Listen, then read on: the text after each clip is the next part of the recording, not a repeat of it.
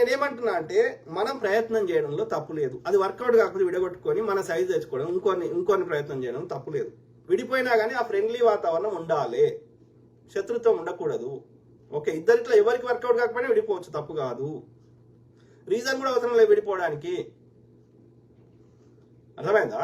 There is nothing wrong in that. It's a choice. ఒంటరిగా బతుకుతావా, ఒక తోడుగా బతుకుతావా, అది నీ ఇష్టం.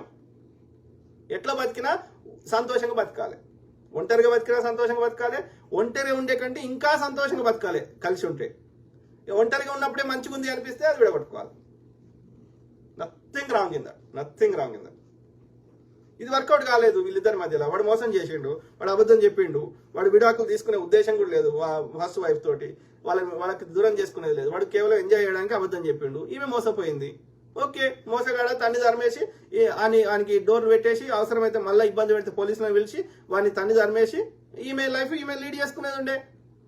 ఇంకా ఒంటరిగా ఉంటూ పిల్లల్ని పెంచుకొని తర్వాత ఇంకోటి వేరే వాడు మంచివాడు ఉంటే కంటిన్యూ చేసేది ఉండే, లేకపోతే ఆయన ఒంటరిగానే ఉండేది ఉండే. ఏమైతుండే? What is the big deal? దొరుకుతారు 10 మందిని చూస్తే ఒక్కడన్నా మంచివాడు దొరుకుతాడు. సేమ్ వయసు వరుస. అర్థమైందా?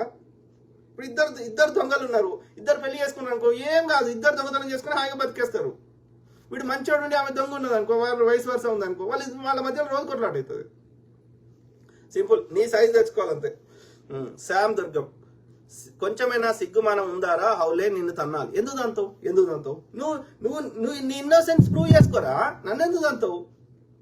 నా టైం కేటాయించి నాకు వచ్చిన వేరియస్ ఇన్పుట్స్ ని ప్రజల ముందు పెడితే అప్రిషియేట్ చేయాలి, కానీ ఎందుకు దంతావురా? చచ్చిపోని ఎవరు పడితే వాళ్ళు ఎట్లా పడితే అట్లా, వయసులో ఉన్న వాళ్ళు 100 ఏళ్ళు నిండిన వాళ్ళు ప్రీమేచ్యూర్ డెత్ అవుతుంటే నోరు మూసుకోవాలనా? రేపు ఆ అమ్మాయికి అయింది, రేపు నీ భార్యకో నీ బిడ్డకో కాదని ఏముందిరా? పుచ్చిముండా కొడుక. కాదు, నీ ఇన్నోసెన్స్ ప్రూవ్ చేసుకోరా. నీ మీద ఆరోపణ వస్తే ప్రూవ్ యువర్ ఇన్నోసెన్స్, నేను మంచివాడిని అని ప్రూవ్ చేసుకో. అంతేగాని నీ ఉల్టా తిడుతున్నావు అంటే నీ యొక్క ఏమంటారు, నీ క్రిమినల్ యాక్టివిటీస్ ని ఎవడు మాట్లాడొద్దని చెప్తున్నావు. వాడి టీవీ స్టేషన్ ఎందుకు పెట్టినావు? ఎందుకు వాడి మీద కేసు వేయనుంటివి? అరే వీడు నా మీద తప్పు చెప్తున్నాడు, నేను అట్లా చేయలేదు అని వాడి మీద కేసు వేయనుంటివి. కేసు తీసుకోవాలన్నదా కోర్టు? రేపు వానికి తప్పుడు సమాచారం ఇచ్చిండు కాబట్టి వాని మహా న్యూస్ మూసేయమని కోర్టే తీర్పిచ్చేది. ఎందుకు ఒప్పుకోవటలే? అంటే వాళ్ళు ఎంతో నిజం ఉంది కాబట్టి ఆ నిజం బయటకు రావద్దని కదా కొట్టింది. శీరీష్ ఎంత గడతాం బోసుడికే, నడవది అయిపోయింది. బీఆర్ఎస్ ఇలా మళ్ళా రాదు. నువ్వు దోసుకున్న ప్రతి పైసా మళ్ళీ తిరిగి కక్కిస్తాం. అది ప్రజల సొమ్ము, ప్రజల భూములు, ప్రజలకు గక్కించేదాకా వదిలిపెట్టాం. తొక్కి నారా తీసి వదిలేస్తాం. వాడు ఫామ్ హౌస్ దగ్గర కూడా బయటకు రాలేకపోతున్నాడు. ఈయన పని కూడా అవుతుంది, గుర్తుపెట్టుకోరు బిడ్డ. తమ్మ నరేష్, బీఆర్ఎస్ భాగవతాలు అన్నీ బయటనే ఉన్నాయి, ఏం రంది పెట్టుకోకరా లబ్బే. మీ రేవంతం సార్కే ఏం ఆధారాలు దొరక్క ఆగమాగం అవుతుండు. ఏడాగమైనరా వీడు అధికారంలో కూడా లుచ్చలాంటి కొడుకు. వీడి ఈ ఫామ్ హౌస్ కబ్జా పెట్టినరా లుచ్చబాడుకోవంటే వాడు అధికారాన్ని దుర్వినియోగం చేసి రేవంత్ రెడ్డిని 14 రోజులు జైలు పెట్టిన లంజ కొడుకు. ఎందుకని? రేవంత్ రెడ్డి నాకు పైసలు ఇయ్యి, నేను స్కామ్లు చేసిన, నాకు భూములు ఇయ్యి అని పెట్టలే.